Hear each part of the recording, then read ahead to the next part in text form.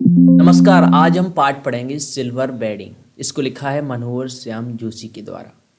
इस पाठ के अंदर जो मुख्य पात्र हैं वो हैं बाईडी पंत यानी कि यशोधर पंत। इनके गुरु हैं किसनदा। दरअसल ये अल्मोड़ा से आए हुए हैं और दिल्ली में आकर बस गए हैं। यशोधर पंत थोड़ा पुराने ख्यालों के हैं, एक गरीब परिवार से आए हैं। इनके बच्चे हैं वो थोड़ा मॉडर्न समय के हैं, वो दिल्ली में ही रहे हैं। इसी बात को लेकर जो इनके पुराने ख्याल हैं और नए ख्याल के बच्चे हैं, थोड़ा चेंज हुआ है जनरेशन में। इस बात को लेकर हमेशा इनके परिवार में एक सामंजस्य नहीं बन पाता है, सलाह सुमत की बात नहीं हो पाती है। इस चैप्टर के अंदर हम यही चीज़ देखेंगे कि क्यों यशोधर पंत अपने परिवार से खुश नहीं है। आइए बिना समय बर्बाद किए चैप्टर को लाइन टू लाइन समझने का प्रयास करते हैं और इस चैप्टर से क्या सीख मिली है ये भी हम अंत में देखेंगे। चैप्टर की शुरुआत होती है सिल्वर बेडिंग मनोहर श्याम जोशी की एक प्रमुख कहानी है। लेखक ने इस कहानी में सेक्शन ऑफिसर बीडी यानी कि बाईडी यशोधर पंत के चरित्र चित्रण के माध्यम से आधुनिक पारिवारिक परिस्थितियों को प्रस्तुत करने का सफल प्रयास किया है। यशोधर पंत अपने ऑफिस में आखिरी फाइल को लाल फीता बांधकर अपनी घड़ी के अनुसार, जिसमें 5:30 हो रहे हैं, आज की छुट्टी करते हैं। दरअसल यशोधर पंत एक ऑफिस में ही काम करते हैं, तो वहाँ पर एक दिन का जिक्र कर रहे हैं जिस दिन इनकी सिल्वर वेडिंग यानी कि इनकी शादी के 25 साल पूरे हो जाते हैं। उस समय के जिक्र कर रहे हैं। लाल फीता से एक फाइल बांधने के बाद उठते हैं, 5:30 का समय हो चुका है। उसके बाद उनके नीचे काम करने वाले कर्मचारी उनकी वजह से 5 बजने के बाद भी दफ्तर में बैठने के लिए मजबूर हैं। उनकी यह आदत है कि वे अपने कर्मचारियों की थकान दूर करने के लिए कोई मनोरंजक बात जरूर करते हैं। यह आदत उन्हें अपने आदर्श कृष्णानंद यानी कि कृष्णदा पांडे से परंपरा में मिली है। जब यशोधर पंत पहली बार दिल्ली में आए थे तो सबसे पहले इनका परिचय कृष्णानंद पांडे यानी कि कृष्णदा से हुआ था। उनके रसोइया बन गए थे, ये कम उम्र थी इसलिए, लेकिन धीरे धीरे उन्होंने अपने नीचे ही ऑफिस पे इनको कार में काम पे रख लिया। लास्ट तक इनकी आदत है, बिल्कुल काम चोरी करते नहीं हैं। 5:30 बजे तक लास्ट तक काम करते हैं, जिसकी वजह से अन्य जो छोटे मोटे कर्मचारी हैं उनको भी बैठना पड़ता है। आगे कहानी कहती है यशोधर पंत बहुत ही गंभीर, गंभौर लिख गया यहाँ पर, कर लेना, गंभीर, काम के प्रति ईमानदार और मिलनसार व्यक्ति हैं। कई बार छोटे कर्मचारियों द्वारा की गई गलत बात को भी वे हंसी में ही उड़ा देते हैं। दफ्तर की घड़ी में 5:25 होते हैं तो वे दफ्तर के अन्य कर्मचारियों की सुस्ती पर कटाक्ष करते हुए कहते हैं कि आप लोगों की देखा देखी सेक्शन की घड़ी भी सुस्त हो गई है। दफ्तर के अंदर जो घड़ी लगी है उसमें 5:25 हो जाते हैं और इनकी जो घड़ी इनको शादी में मिली है उनमें 5:30 बज जाते हैं। तो अपने कर्मचारियों से कहते हैं कि तुम लोग इतने सुस्त हो कि तुम्हारी देखा देखी ये जो घड़ी है ये भी धीरे चलने लगी है। आगे बात बोलते हैं, इसी बात को लेकर वे बहस भी करते हैं और हंसते भी हैं। यह उनको ससुराल से शादी में मिली थी घड़ी। बातों बातों में यह पता चलता है कि यशोधर पंत की शादी 6 फरवरी 1947 को हुई थी। सभी कर्मचारी यशोधर की शादी को बधाई देते हैं। एक कर्मचारी चेक कर कहता है, many happy returns of the day sir. आज तो आपका सिल्वर वेडिंग है, यानी कि शादी के 25 साल पूरे हो गए हैं। बातों बातों हम लोग पूछ लेते हैं कि जब ये आपकी घड़ी तेज चलती है, ये घड़ी आई कहाँ से थी? तो यशोधर पंत कहते हैं ये घड़ी तो मुझे शादी में मिली थी। तो लोग वहीं पे कर्मचारी पूछते हैं कि सर आपकी शादी कब हुई थी? तो शादी बातों में पता चल जाता है कि 6 फरवरी 1947 को शादी हुई थी। एक कर्मचारी गुणा भाग लगाता है और कहता है यार आज तो 6 फरवरी है, और फिर कहता है कि यार sir many happy returns of the day, क्योंकि आज आपकी सिल्वर वेडिंग है, 25 साल पूरे हो गए हैं। फिर आगे होता है, सेक्शन के सभी कर्मचारियों की जिद पर यशोधर बाबू ने उन्हें पार्टी के लिए 10-10 के 3 नोट निकाल कर देते हैं, परंतु इस चाय पार्टी में स्वयं शामिल नहीं होते। उनका मानना है कि उनके साथ बैठकर चाय पानी और गपशप करने में वक्त बर्बाद करना कृष्णदा की परंपरा के विरुद्ध है। जो कृष्णदा हैं उनके आदर्श हैं, उनकी कुछ परंपराएं थी, उनके कुछ सिद्धांत थे, उन्हीं को वो मानकर चलते हैं, तो वो पार्टी सार्टी में भी शामिल नहीं होते हैं। आगे बात है, यशोधर पंत मूलतः अल्मोड़ा के रहने वाले हैं। उन्होंने वहीं के रेमजी स्कूल से मैट्रिक की परीक्षा पास की थी। मैट्रिक के पश्चात वे पहाड़ से उतरकर दिल्ली आ गए, यानी कि दिल्ली में आकर बस गए। दिल्ली में उन्होंने किसनदा के घर पर शरण ली थी। किसनदा कुमारी थे, यानी कि शादी नहीं हुई थी, और पहाड़ से आए हुए कितने ही लड़के ठीक ठिकाना होने से पहले उनके यहाँ रह जाते थे। किसंदा जो हैं वो भी अल्मोड़ा से आए हुए हैं, एक तरह से कह सकते हैं इनके गांव के लोग हैं। वो भी ऑफिस में दिल्ली में ही काम करते हैं, तो ये लेखक उन्हीं के यहाँ रह जाते थे। बहुत सारे लोग जो अल्मोड़ा से या पहाड़ों से आते थे वो किसंदा के यहाँ ही रुकते थे। जब सेटल हो जाते थे तब किसंदा के यहाँ से अन्यत्र कहीं चले जाते थे। वहाँ वे सभी मिलकर पकाते और खाते थे। जिस समय यशोधर यानी कि जिसमें पात्र दिए हुए हैं दिल्ली आए थे, उस समय उनकी उम्र सरकारी नौकरी के लिए कम थी। जब तक नौकरी के लिए सही उम्र हो, यशोधर किसंदा के यहाँ रसोईया बनकर रहे, खाना पाना बनाया। बाद में किसंदा ने अपने ही नीचे यशोधर को नौकरी दिलवाई और दफ्तरी कार्य में उनका मार्गदर्शन किया और बताया कि दफ्तर में यानी कि ऑफिस में कैसे काम करते हैं। किसंदा जैसा भला व्यक्ति जिसने यशोधर को भी जॉब दी। आगे कहते हैं, आजकल यशोधर दफ्तर पैदल आने जाने लगे हैं, उनके बच्चे नहीं चाहते। अब यहाँ से मुख्य कहानी शुरू होती है इनके परिवार की, जिसमें इनके बच्चे हैं। इनके बच्चे क्या नहीं चाहते हैं और यशोधर पंत को अपने बच्चों से क्या उम्मीद है, इसके बारे में जिक्र किया गया है। ये अपने बच्चों से नाखुश हैं और इनके बच्चे इनसे नाखुश हैं। सिर्फ कारण एक है, वो कारण है कि समय का फेर होना। ये पुराने समय के हैं यशोधर पंत और इनके बच्चे मॉडर्न समय के हैं। तो उनके बच्चे नहीं चाहते कि उनके पिता साइकिल पर दफ्तर जाएं, क्योंकि उनके बच्चे अब आधुनिक युवा हो गए हैं। बच्चे चाहते हैं कि पिताजी स्कूटर ले लें, लेकिन पिताजी को स्कूटर निहायत बेहुदा सवारी मालूम होती है और कार वे अभी लेने की स्थिति में नहीं थे। दफ्तर से आते समय यशोधर बाबू प्रतिदिन बिरला मंदिर जाने लगे। एक वहीं पर दफ्तर से आने का स्कूटर का जिक्र खत्म होता है। ये स्कूटर क्यों नहीं लेना चाहते, उनको पसंद नहीं है और कार लेने की स्थिति में है नहीं। तो यशोधर बाबू का एक काम था, जैसे ही दफ्तर से वो आते थे तो एक बिरला मंदिर, उनके पड़ोस में मंदिर है जिसका बिरला मंदिर नाम है, वहाँ जाया करते थे। वहीं उद्यान में बैठकर कोई प्रवचन सुनते तथा स्वयं भी प्रभु का ध्यान लगाते थे। बच्चों और पत्नी को यह बात बहुत अखरती थी कि अभी आप बुढ़े नहीं हुए, बुढ़ऊ तो हो नहीं गए हो, जो रोज रोज मंदिर में जाके बैठ जाते हो। घर पे आओ, पारिवारिक बातें करो, काम शाम गप्प शप्प लड़ाओ। लेकिन किसंदा थोड़े पुराने समय के थे, यशोधर पंत थोड़ा पुराने समय के थे। वो मंदिर में बैठा करते थे, वहीं वैसी बातें किया करते थे। आगे कहते हैं कि सिद्धांत के धनी किसंदा की भांति यशोधर बाबू भी इस आलोचना को अनसुना कर देते थे। बिरला मंदिर के से पहाड़गंज आते समय वे घर की किसी साग सब्जी खरीद लेते थे। किसी से अगर मिलना भी है तो वे उस समय ही मिला करते थे। घर वे 8 बजे से पहले नहीं पहुंचते थे। फिर आगे कहते हैं, एक बार क्या हुआ कि एक बार जब घर लौटते समय उनकी निगाह उस स्थान पर पड़ती है जहां कभी किसंदा का 3 बेडरूम वाला क्वार्टर हुआ करता था और जिस पर इन दिनों एक 6 मंजिला इमारत बनाई जा रही है। वही रास्ते में आते वक्त किसंदा का भी एक फ्लैट पड़ा करता था, छोटा सा घर पड़ा करता था, 3 मंजिला इमारत पड़ा करती थी। आज उसको क्वार्टर पड़ा करता था, आज उसको तोड़कर 6 मंजिला इमारत बनाई जा रही है। यशोधर बाबू को बहुत बुरा लगता है। यशोधर बाबू को घर देर से लौटने का बड़ा कारण यह है कि पिछले कई वर्षों से यशोधर बाबू का अपनी पत्नी बच्चों से छोटी छोटी बातों को लेकर अक्सर मतभेद होने लगा है, जो कि आज के समाज में भी व्याप्त है। परिवार में अक्सर मतभेद होते हैं, अपने अपने विचारों को लेकर, अपने अपने समय की बातों को लेकर और अपने अपने रहन सहन, आदान प्रदान, ये सारी जो चीज़ें हैं, खान पान को लेकर परिवार में अक्सर मतभेद रहते हैं। यशोधर पंत के साथ भी वैसा ही हुआ करता था। उनके बच्चे जो मॉडर्न समय के थे उनको पसंद नहीं थे। अक्सर मतभेद, उनकी पत्नी तो थोड़ा चेंज हो गई थी, उनकी पत्नी और बच्चों के साथ हमेशा इसीलिए मतभेद रहता था। इसीलिए वो लेट आया करते थे, 8 बजे आते थे, 1 आध घंटे गपशप करी और फिर सो गए मस्त, फिर सुबह फिर चल दिए।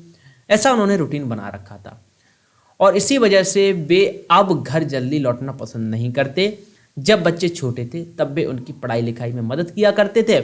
आज बच्चे खुद पढ़ लिख गए हैं, थोड़ा ज़्यादा पढ़ लिख गए हैं, क्योंकि उन्होंने सिर्फ मैट्रिक करी थी। आज बच्चे BA BSc कर रहे हैं, ग्रेजुएशन कर रहे हैं। तो उनको लगता है कि आप बच्चों की पढ़ाई में मैं मदद नहीं कर सकता हूँ। तो उस समय पहुँचते हैं जब लगभग लोग थके यारी सोने की स्थिति में होते हैं। अब उनके परिवार का जिक्र होता है कि कौन सा बच्चा क्या कर रहा है। अब जो उनका बड़ा लड़का है, भूषण उसका नाम है, एक प्रमुख विज्ञापन संस्था में एक विज्ञापन की कंपनी में नौकरी करने लगा है। उसे वहाँ से 1,500 प्रतिमासिक वेतन मिल जाता है, यानी कि प्रति महीना 1,500 रुपये मिल जाते हैं उसको। जबकि यशोधर बाबू रिटायरमेंट पर पहुंचकर ही इतना वेतन पा सकते हैं। उसको तो शुरुआत में ही 1,500 रुपये मिल रहे थे, लेकिन ये जो यशोधर बाबू हैं, यानी कि जो उसके पिता हैं, यशोधर बाबू के बेटे को 1,500 रुपये शुरू से ही मिल रहे हैं विज्ञापन की कंपनी में। और यशोधर बाबू कहाँ रिटायरमेंट होने पाया तब 1,500 रुपये पा सकते हैं। दूसरा बेटा है, दूसरी बार IAS की परीक्षा की तैयारी कर रहा है। यशोधर बाबू के लिए यह समझ सकना मुश्किल हो रहा है कि जब पिछले वर्ष उसका नाम एलाइड सर्विसेज की सूची में आ गया था, तब उसने ज्वाइन करने से क्यों इनकार कर दिया था। कितनी मुश्किल से तो नौकरी मिलती है। दूसरा बेटा है, उसका आ भी गया, नाम आ गया था एलाइड सर्विसेज में ज्वाइन करने के लिए, बट ही डोंट ज्वाइन। उसने क्या किया, ज्वाइन ही नहीं किया। अब दूसरी बार IAS की तैयारी कर रहा है। उसका तीसरा बेटा है, स्कॉलरशिप लेकर अमेरिका चला गया है। यशोधर बाबू का तीसरा बेटा अमेरिका पढ़ रहा है और उनकी एकमात्र बेटी को कोई भी वर पसंद नहीं आ रहा है, यानी कि वो शादी करने के लिए तैयार नहीं है तथा वह सभी प्रस्तावित वर अस्वीकार कर चुकी है। यशोधर बाबू अपने बच्चों की तरक्की से खुश तो हैं, परंतु कभी कभी उन्हें ऐसा अनुभव होता है कि यह खुशहाली भी किस काम की जो अपनों में परायापन पैदा कर दे। यशोधर बाबू को ये अच्छा लगता है कि उनके बच्चे अपने पैरों पर खड़े हैं, लेकिन उनको एक बात समझ में नहीं आती है कि यार ये खुशहाली किस बात की, कैसा मतलब अपने पैरों पर खड़े हैं जो अपनों में ही परायापन पैदा कर दे। आज के समय में यही है कि लोगों के पास, बच्चों के पास जैसे होते हैं 18 साल के 17 साल के, कोई ना कोई जॉब मिल जाती है, अपने अपने हाथों में फ़ोन पकड़ लेते हैं। अगर आज के संदर्भ में कहें, एक एक कोने में पड़े हैं, ना किसी से बात करना ना कुछ करना। जो हमारे माता पिता होते हैं जिनकी उम्र अब 60 साल हो चुकी है, 50 साल हो चुकी है, वो पुराने ख्यालों के हैं। उनको इंटरेस्ट उसी में है कि परिवार में पारिवारिक बातें हों। लेकिन यशोधर बाबू के साथ भी ऐसा ही होता है, एक परायापन सा पैदा हो गया घर में, जिसकी एक ये कहानी है। अब उनके बच्चे गरीब रिश्तेदारों की अपेक्षा करते। अब बात यहाँ पे भी आ रही है, उनके जो बच्चे हैं, देखिए जब इंसान थोड़ा अपनी स्थिति से ऊपर चला जाता है, तब उनके यहाँ कोई गरीब रिश्तेदार आता है तो उसको उतनी इज्जत नहीं देते। और हर घर में ये व्याप्त है, अगर कोई अमीर रिश्तेदार आता तो उसको बहुत इज्जत, बहुत उसकी मेहमानबाजी करते हैं। लेकिन जो पुराने ख्यालों के लोग हैं, जिनके अंदर आज भी सिद्धांत मौजूद हैं, जिनके अंदर प्रिंसिपल्स हैं, वो चाहे पुराना रिश्तेदार हो, चाहे नया रिश्तेदार हो, चाहे अमीर रिश्तेदार हो, चाहे गरीब रिश्तेदार हो, रिश्तेदार कैसा भी हो, उसके लिए रिश्तेदार रिश्तेदार होता है। वो उतनी ही मेहमानबाजी करेगा, अमीर रिश्तेदार की इतनी करेगी। फिर एक मिनट, यशोधर बाबू उन्हें बहुत बुरा लगता है। उनकी पत्नी अपने मूल संस्कारों से किसी तरह से भी आधुनिक नहीं है, फिर भी मातृसुलभ मजबूरी ने उन्हें अपने बच्चों की नज़र में आधुनिक बनना पड़ता है। अब इनकी पत्नी की बात होती है। इनकी पत्नी है, वो भी अगर उनका सिद्धांत बचपन से देखा जाए तो वो आधुनिक नहीं है, मॉडर्न नहीं है। बट बच्चे जब मॉडर्न हो गए तो उनको थोड़ा पसंद आने के लिए मातृसुलभ, यानी कि एक अच्छी सुलभ माँ होने के लिए उनको भी मॉडर्न बनना पड़ता है। पत्नी को यह मलाल है कि संस्कारों को निभाने के कारण उन्हें परिवार के कार्यों के बोझ तले दबना पड़ा है। तो अगर आप कहानी किताब से पढ़ेंगे तो उसमें देखने को मिलेगा कि इनकी पत्नी कहती हैं कि जब मैं घर पे थी तो मेरे को सब काम करना पड़ता था, यानी कि ससुराल में आई तो इनको सब काम करना पड़ता था, सिर्फ इसलिए क्योंकि संस्कार पुराने समय के ऐसे होते हैं, जो बहुएं आती हैं उनको सारा कार्य करना पड़ता था। तो ये बात वो कहती हैं, इस बात का उन्हें मलाल है कि संस्कार एक ऐसी चीज़ है जिसकी वजह से हमें कई कार्यों की बोझ तले दबना पड़ा था। उसकी दृष्टि में ये सब पारिवारिक संस्कार अब ढोंग और ढकोसले हो गए हैं। यशोधर बाबू पत्नी की इस आधुनिकता पर कई बार मजाक भी उड़ा देते हैं, परंतु असल बात तो यह है कि तमाशा में वो स्वयं उनका ही बन रहा है। दरअसल वो अपनी पत्नी का मजाक भी उड़ाते हैं, लेकिन दिक्कत क्या होता है कि उनके पास मेजोरिटी ज़्यादा है उनकी पत्नी के पास, क्योंकि बच्चे भी मॉडर्न हैं, माँ भी मॉडर्न है, और ये पुराने ख्यालों के, तो इनका उल्टा मजाक बन जाता है। कई बार यशोधर बाबू को लगता है कि ये वे भी किशनदा की तरह घर गृहस्थी का यह सब बवाल छोड़कर जीवन को समाज के लिए ही समर्पित कर देते तो ज़्यादा अच्छा रहता। इनके गुरु जो किशनदा हैं, उन्होंने शादी नहीं करी थी, तो ये वही सोचते हैं कि यार काश हमारे साथ भी ऐसा होता कि हम भी समाज में ही आराम से मस्त रहते, कोई घर गृहस्थी का जाल ना रहता। आगे होता है, फिर उनको एक चीज़ ध्यान आती है, उनको यह भी ध्यान है कि किशनदा का बुढ़ापा ज़्यादा सुखी नहीं रहा। सीधी सी बात है, आप कितना भी सोशल वर्क कर लें, लेकिन अगर आपके पास कोई सेवा करने वाला नहीं है तो फिर आपकी बुढ़ापा बहुत बुराई कटने वाला है, चाहे आप कितना भी सोशल वर्क किया हो। अगर साधु वगैरह हैं तो चल जाता है, वो अलग चीज़ है। कुछ साल वे राजेंद्र नगर के किराए पर रहे और फिर अपने गांव लौट गए, जहां साल भर बाद उनकी मौत हो गई। जब वो रिटायर्ड हो गए तो फिर दिल्ली में ही वो राजेंद्र नगर में एक किराए पर रहे और 1 साल तक रहे। उनकी जब किसी ने सेवा नहीं करी, कहीं बात नहीं बनी, लोगों ने अब किशन दास ने भी अपने घर नहीं रख पाया था, वो सॉरी यशोधर पंत ने भी अपने घर नहीं रख पाया था, जबकि उनने ही उनको अपने ऑफिस में रखा था। फिर क्या वो गांव में चले गए, गांव में उनकी मौत हो गई। जब यशोधर बाबू को उनकी मृत्यु का कारण पूछा तो किसी ने यही जवाब दिया, जो हुआ होगा। जब यशोधर बाबू ने जाके पूछा कि यार उनकी मृत्यु क्यों हो गई थी, लोगों ने पूछा, तो लोगों ने बस यही कहा कि जो हुआ होगा, कुछ हो गया होगा इसलिए मर गए। उन्हें क्लियर कुछ किसी को पता नहीं था, यानी कि पता नहीं क्या हुआ। यशोधर बाबू को यह भी स्वीकार करते हैं कि उनके बीवी बच्चे उनसे अधिक समझदार और सुलझे हुए हैं। बच्चों को पिताजी का इस गलती का अफसोस है कि अब्बा ने डीडीए फ्लैट के लिए पैसा न भरकर बहुत बड़ी भूल की है। परंतु यशोधर बाबू को किशनदा की यह उक्ति अधिक ठीक लगती है कि मूर्ख लोग घर बनाते हैं, सयाने उनमें रहते हैं। यानी कि उनको फ्लैट वगैरह नहीं कुछ खरीदना है, जब तक सरकारी नौकरी है तब तक सरकारी क्वार्टर में रहो, उसके बाद रिटायरमेंट होने पर गांव पर पुश्तैनी घर में चले जाओ। परंतु यशोधर बाबू का पुश्तैनी घर टूट फूट कर खंडर बन चुका हुआ, यह भी वे खूब जानते हैं। जब उनके बच्चे कहते हैं कि पापा आपको एक फ्लैट ले लेना चाहिए, तो उनको लगता है कि फ्लैट लेना तो पागलपन है, यहीं पर जब तक सरकारी क्वार्टर है उसमें रहो और फिर गांव में चले जाना रहना। लेकिन उनका पुश्तैनी घर है जो टूट चुका है, गांव वाला। फिर आगे है, बिरला मंदिर में प्रवचन सुनते समय जब जनार्दन शब्द उनके कानों में पड़ा तो उन्हें अपने जीजा जनार्दन जोशी की याद आ गई। अब फिर से वही रिश्तेदारों की बात आ गई। यहाँ पर जब जनार्दन की बात करी गई वहाँ पर, तो उनको अपने जीजा जनार्दन की याद आ गई। आजकल उनकी तबीयत बहुत ठीक नहीं रहती है और वे उन्हें मिलने के लिए अहमदाबाद जाना चाहते हैं। जीजा जी का हाल चाल जानना भी अपना कर्तव्य समझते हैं। रिश्ते में बड़े होते हैं जीजा जी, इसलिए उन्होंने सोचा कि इनका हाल चाल जानना चाहिए। बच्चों से भी वे ऐसी ही अपेक्षा रखते हैं कि वे भी पारिवारिकता को समझें, वे भी पारिवारिकता के प्रति रुचि रखें, पारिवारिकता है जो उसके प्रति रुचि रखें। परंतु पत्नी और बच्चों को यह बात मूर्खतापूर्ण लगती है। हद तो तब हो गई जब एक कमाऊ बेटे ने यहाँ तक कह दिया कि आपको बुआ के यहाँ भेजने के लिए मैं तो पैसे नहीं दूंगा, आप जाओ तो चले जाओ, कोई दिक्कत नहीं। जब भी यशोधर बाबू कोई काम करते थे तो किशनदा से सलाह जरूर लिया करते थे और वे अपने बच्चों से भी ऐसी अपेक्षा रखते थे कि बच्चे भी हमसे कोई काम करने से पहले, कोई भी काम करने से पहले कुछ ना तो एक सलाह जरूर ले लें। और आज के समय में ये जरूरी है, आप अपनी मर्जी से काम वैसे करिए, लेकिन आपके घर में जो बुजुर्ग हैं, जो वृद्ध लोग हैं, उनसे एक बार जरूर पूछिए कि क्या ये कार्य मुझे करना चाहिए और करना भी है तो हमें कैसे करना है। इससे मुझे मालूम है कि एक अच्छी राय नहीं दे पाएंगे, क्योंकि वो अपने समय की तरह राय देंगे। हो सकता है आपको सही राय लग जाए, लेकिन उनको एक तरह से मन में अच्छा लगेगा कि मेरी भी कोई इज्जत है, हमें भी पूछा गया। परंतु बच्चे कहते हैं कि अब्बा आप तो हद करते हैं, जो बात आप जानते हैं ही नहीं आपसे क्यों पूछूं मैं, ये बात बोल।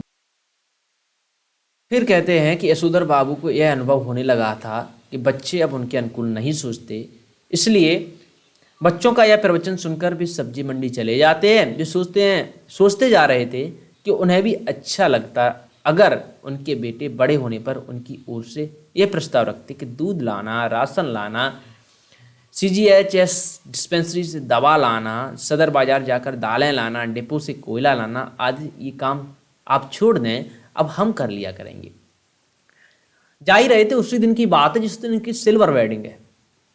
तो ये जा रहे थे, सोच रहे थे कि आज के बच्चे हमारे अनुकूल नहीं। कभी बच्चों ने ये नहीं कहा कि पापा आप रहने दो, मैं दूध ले आऊँगा, अरे आप रहने दो मैं कोयला ले आऊँगा, अरे आप रहने दो मैं सब्जी ले आऊँगा, अरे मैं दवा ले आऊँगा, आप रहने दो। कभी इन बच्चों ने नहीं किया। ये यशोधर बाबू को अच्छा नहीं लगता। एक दो बार उन्होंने बच्चों से कहा भी तो घर में कोहराम मच गया। बस तब से यशोधर बाबू ने यह सब कहना ही बंद कर दिया। जब से बेटा विज्ञापन कंपनी में लगा है तब से बच्चे कहने लगे हैं, बब्बा हमारी समझ में यह नहीं आता कि इन सब कामों के लिए आप एक नौकर क्यों नहीं रख लेते हो। कमाओ बेटा तो नमक छिड़कते यह भी कहता है कि नौकर की तनख्वाह मैं दे दूंगा, रख लो आप नौकर, हैं दूध ले आया करेगा, कोयला ले आया करेगा, सब्जी ले आया करेगा, दवाइयाँ ले आया करेगा। यशोधर बाबू को अपने बेटे की यह बात चुभती है कि उसने अपनी नौकरी के रुपए कभी अपने पिता के हाथ पर नहीं रखे, बल्कि अकाउंट ट्रांसफर द्वारा सीधा बैंक में चले जाते हैं। वे कहते नौकरी कर रहा है ये, कह रहा नौकर को मैं तनख्वाह दे दूंगा, कभी 1 रुपया लाके इसने दिया नहीं और कह रहा मैं तनख्वाह दे दूंगा। अच्छा, फिर वो और एक बात सोचते हैं जो कि थोड़ा इम्पॉसिबल है। फिर सोचते हैं अगर उसे ऐसा ही करना था तो क्या वो अपने पिताजी के साथ ज्वाइंट अकाउंट नहीं खोल सकता था। हद तो तब हो गई जब बेटे ने पिता के क्वार्टर को अपना बना लिया। पापा जी बैठा करते जिस क्वार्टर में, एक तरह से घरेलू ऑफिस था, उसको पापा अब आप ऐसा करो दूसरे रूम में चले जाओ और ये रूम में ले लेता हूँ, ऐसा तब हद हो गई।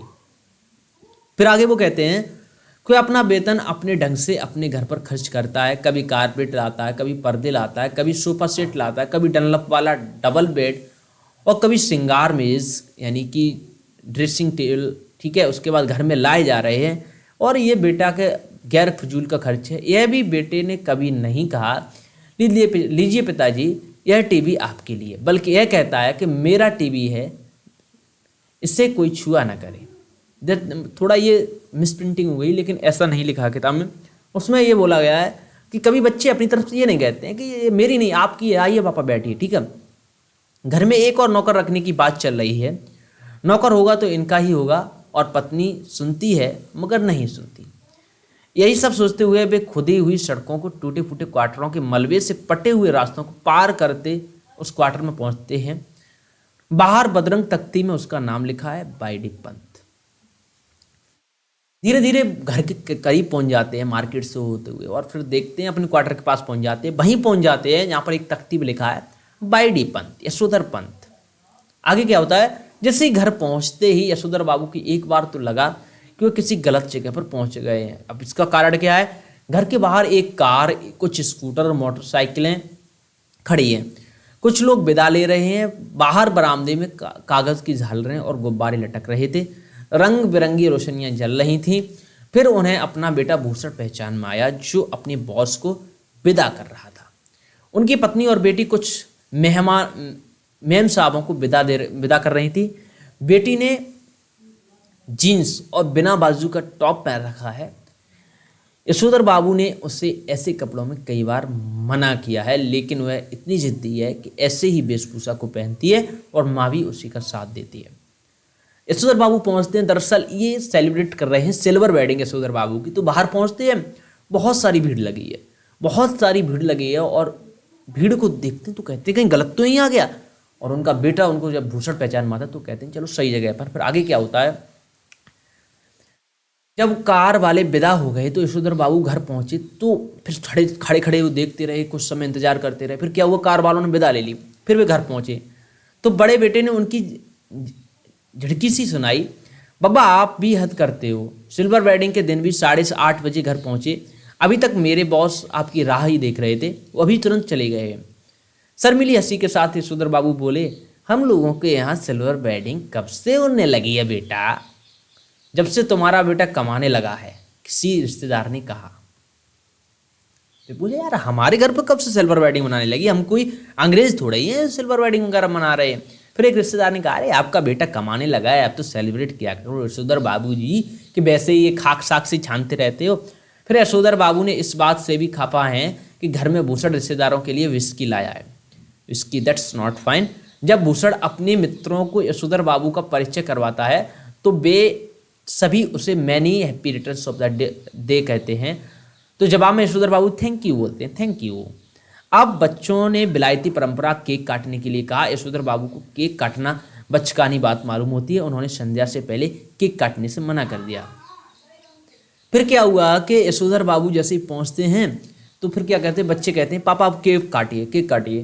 तो फिर क्या वो मना कर देते हैं कि आप संध्या को करेंगे, संध्या को केक काटेंगे, ऐसा कहते हैं। फिर उसके बाद क्या होता है, और फिर वो अपने कमरे में चले जाते हैं। शाम को 15 मिनट भी संध्या करने में लगाते हैं, यानी कि संध्या की आरती पूजा करने में लगाते हैं। परंतु आज क्या हुआ, 25 मिनट लगा दिए। संध्या में बैठे बैठे भी संध्या के संस्कारों के बारे में सोचने लगा। फिर पीछे आकर पत्नी झड़कते हुए बोली, क्या आज पूजा में ही बैठे रहोगे भाई साहब। यशोधर बाबू लाल गमछे में ही बैठक से चले आए। फिर क्या हुआ, यह लाल गमछा पहनकर बैठक में आना बच्चों को असहज लगा। फिर क्या हुआ, यशोधर बाबू की पत्नी ने कहा कि आप पूजा ही करते रहोगे क्या, बाहर सारा भीड़ लगा हुआ है, केक काटने को रखी हुई और आप पूजा कर रहे हैं। फिर वो क्या हुआ, लाल गमछे में जिसमें पूजा करते तो उठे चले आए। खैर बात उपहारों के पैकेट खोलने की चली तो भूषण सबसे बड़ा पैकेट खोलते हुए बोला, इससे लीजिए मैं आपके लिए लाया हूँ। फिर क्या उपहार जो आए थे उनको खोलने की बात करें तो भूषण जो खुद लेके आया था उपहार उसको खेला और कहिए लीजिए पिताजी मैं आपके लिए लेके आया हूँ। इसमें क्या है, ऊनी ड्रेसिंग गाउन है। आप सवेरे जब दूध लेने जाते हैं ना अब्बा, तो फटा फ्लोवर पहनकर जाते हैं जो बहुत बुरा लगता है। आप इसे पहनकर ही जाया कीजिएगा। थोड़ा न नुकर करने के बाद यशोधर बाबू ने पहनते हुए कहा, अच्छा तो यह ठहरा ड्रेसिंग गाउन, अच्छा ठीक है। उनकी आंखों में एक चमक सी आ गई कि बच्चे कुछ सही में कुछ भी सोचूं, लेकिन बच्चे इतना सोचते हैं आज मेरा बब्बा जा रहा होगा दूध लेने, थोड़ा तो अच्छा लगा उनको अंदर से, कहने की बात ये। परंतु उन्हें यह बात चुप गई कि उनका बेटा जो यह कह रहा है कि आप सवेरे दूध लाते हैं समय पहन लिया करेंगे, वह यह क्यों नहीं कह दे रहा है कि दूध में ला दिया करूंगा। यशोधर बाबू में थोड़े पुराने ख्यालों के ड्रेसिंग गाउन में यशोधर बाबू के अंगों में किसंदा उतर आए थे, जिनकी मौत जो हुआ होगा से हो गई थी। फिर जैसे ड्रेसिंग गाउन उन्होंने पहना तो उनको थोड़ा मतलब ऐसा लगा कि हमारे अंदर किसंदा आ गए। किसंदा भी ड्रेसिंग गाउन पहना करते थे, ऊन का गाउन, तो उनको थोड़ा अच्छा लगा। और फिर वो लास्ट में लेखक कहते हैं कि वही किसंदा की बात कर रहे हैं, कृष्णानंद पांडे की बात कर रहे हैं, जिनकी मौत क्या हुआ से होगा वो। तो टोटल मिला के वो ये कह रहे हैं कि एक पारिवारिक जीवन भी जरूरी है। आज के लोग इतने अच्छे नहीं रह गए हैं, इतना मतलब कह सकते हैं ऐसे नहीं रह गए हैं जो कि आपको बुढ़ापे में आकर आपकी सेवा करेंगे। अगर आपका परिवार है तो आपको सेवा भी हो जाएगी, इस बात को बोला गया है। मेन जो तथ्य है वो पुराने समय के लोगों की और आज के समय के लोगों के बीच में जो एक खाई है उसके बारे में भी बोला गया है। तो उम्मीद है ये चैप्टर आपको समझ में आया हो। अन्य सारे चैप्टर मैंने इस पर अपलोड कर रखे हैं, आप चाहें तो उनको बहुत अच्छे से जाकर पढ़ सकते हैं। इसी के साथ साथ थैंक यू।